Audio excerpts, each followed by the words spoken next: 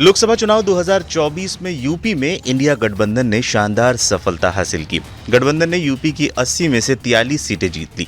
अब एक बार फिर राज्य में होने वाले उपचुनाव में घमासान की पूरी उम्मीद है। इस बीच लोकसभा चुनाव में करारी हार झेलने के बाद पीडीएम ने फिर से हुंकार भरी है।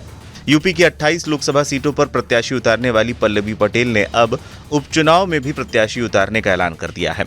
शनिवार को सोशल मीडिया पोस्ट करते हुए पल्लवी पटेल ने इसका ऐलान किया। यूपी उपचुनाव में सभी सीटों पर प्रत्याशी उतारेगा। पीडीएम घटक दलों की समन्वय बैठक में हुआ फैसला। पल्लवी पटेल ने पोस्ट के साथ बैठक की कई तस्वीरें भी शेयर की। इस बैठक में अपना दल कमेरावादी के नेता विधायक पल्लवी पटेल और एआईएमआईएम के प्रदेश अध्यक्ष शौकत अली के साथ ही कई दूसरी पार्टी के नेता भी शामिल हुए। पीडीए के सामने पीडीएम उतारने का फैसला किया था। लोकसभा चुनाव 2024 से ठीक पहले समाजवादी पार्टी प्रमुख से खटास आने के बाद पल्लवी पटेल ने अखिलेश के पीडीए के सामने पीडीएम उतारने का फैसला किया था। लोकसभा चुनाव से पहले असदुद्दीन ओवैसी की पार्टी और अपना दल कमेरावादी की पल्लवी पटेल ने अखिलेश यादव के पीडीए पिछड़ा दलित और अल्पसंख्यक के नारे की जगह पर नया नारा दिया था और ओवैसी और पल्लवी पटेल ने पीडीएम पिछड़ा दलित और मुसलमान के नारे के साथ 2024 के चुनावी मैदान में उतरे थे। पीडीएम मोर्चे ने उत्तर प्रदेश के कई सीटों पर अपने प्रत्याशी मैदान में उतारे थे, लेकिन जीत हासिल करने से पीडीएम कोसों दूर नजर आई। कई सीटों पर तो उनके प्रत्याशियों की जमानत तक जब्त हो गई। सपा कांग्रेस गठबंधन और बीजेपी की बढ़ेगी टेंशन। वहीं उपचुनाव में पीडीएम की एंट्री से सपा कांग्रेस गठबंधन और बीजेपी की टेंशन बढ़ सकती है। चुनाव आयोग ने अब तक उपचुनाव के लिए तारीखों की घोषणा नहीं की है।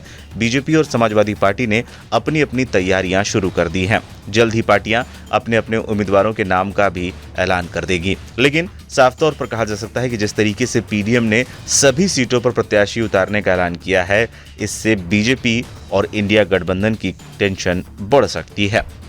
इन 10 सीटों पर होने हैं उपचुनाव। बता दें, 9 विधानसभा सदस्यों के लोकसभा के लिए चुने जाने के बाद सीटें खाली हो गई थी, जबकि सीमामऊ से सपा विधायक इरफान सोलंकी को सजा सुनाए जाने के बाद अयोग्य घोषित कर दिया गया था। इस वजह से 10 सीटों पर उपचुनाव होंगे। करहल, सीमामऊ, कठेरी, कुंदरकी, खैर, मिल्कीपुर, फूलपुर, गाजियाबाद, मंझवा और मीरापुर सीटें इसमें शामिल हैं। साल 2022 में हुए विधानसभा चुनाव में इनमें से 5 सीटें समाजवादी पार्टी ने और 1 सीट राष्ट्रीय लोकदल ने जीती थी। उस समय रालोद का गठबंधन सपा के साथ था। इसके अलावा 3 सीटें बीजेपी को मिली थी और 1 सीट बीजेपी की सहयोगी दल निषाद पार्टी के खाते में गई थी।